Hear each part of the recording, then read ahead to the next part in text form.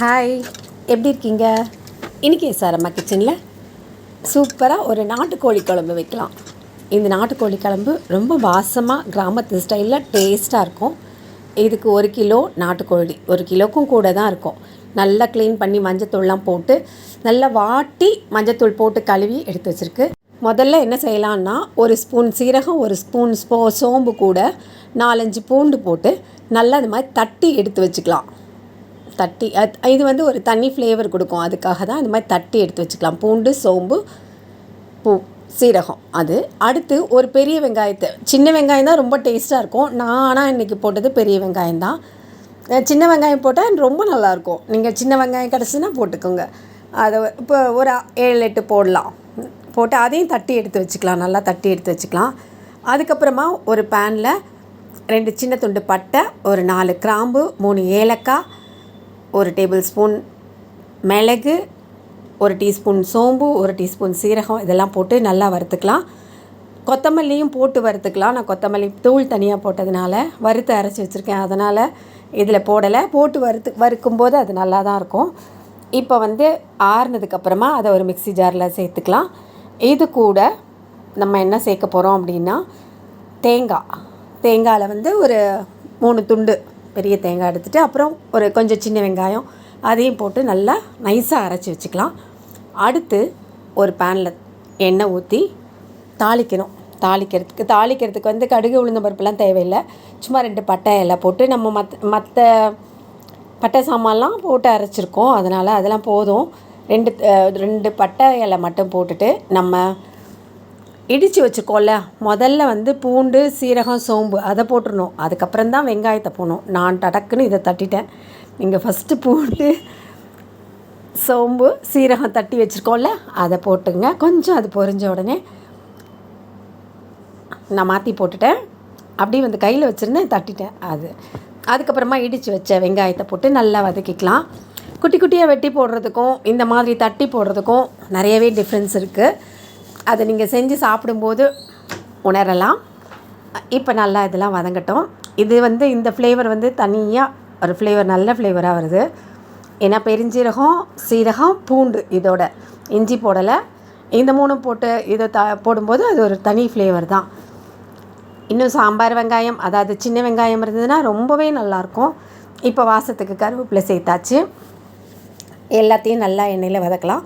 இந்த எண்ணெய் வந்து நல்லெண்ணெயாக இருந்தால் நல்லாயிருக்கும். வாசமும் டேஸ்ட்டும் ரொம்பவே நல்லாயிருக்கும்.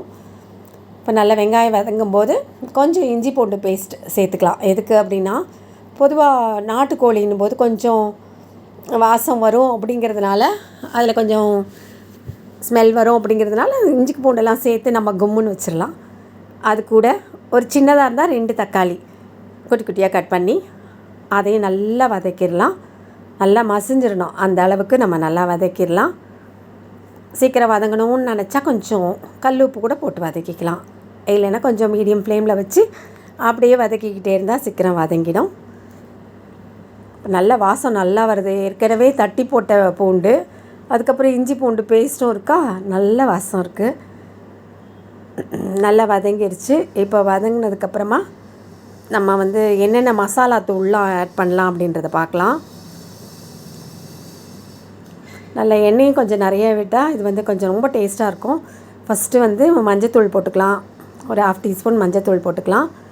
அதுக்கப்புறமா நம்ம நிறையா மிளகும் போட்டிருக்கோம். அதனால் ஒரு 3 டீஸ்பூன் போட்டுக்கலாம். வேணும்னா காரம் ஜாஸ்தி வேணும்னா போட்டுக்கலாம். நம்ம டேஸ்ட் பண்ணி பார்த்துட்டும் போட்டுக்கலாம். அது கூட மல்லித்தூளும் சேர்த்துருக்கேன். இதையும் சேர்த்து நல்லா வதக்கிடலாம். நல்லா வதங்கட்டும். மசாலா வந்து நல்லா வதங்கினதுக்கப்புறமா கண்ட்ரி சிக்கன் நம்ம கட் பண்ணி க்ளீன் பண்ணி வச்சுருக்க கண்ட்ரி சிக்கனை வந்து ஒரு குக்கரில் போட்டு அதில் இந்த தாளித்த கலவையை போட்டு இதையும் நல்லா வதக்கிடலாம். அப்படியே வந்து தேங்காயெலாம் ஊற்றிடாமல் கொஞ்சம் நேரம் இது வந்து இந்த மசாலாவில் வதங்கும்போது அதனோட டேஸ்ட் ரொம்ப நல்லாயிருக்கும். நல்லா உள்ள ஜூஸியாக நல்லாயிருக்கும். அதனால தான் முதல்ல நல்லா வதக்கிறது. எல்லா மசாலாவையும் நல்லா வலித்து போட்டு நல்லா வதங்கட்டும். அது கொஞ்சம் மீடியம் ஃப்ளேம்லேயே அது கொஞ்சம் நேரம் அப்படியே இருக்கட்டும். அதுக்கப்புறமா நம்ம என்னெல்லாம் போடலான்றதை பார்க்கலாம்.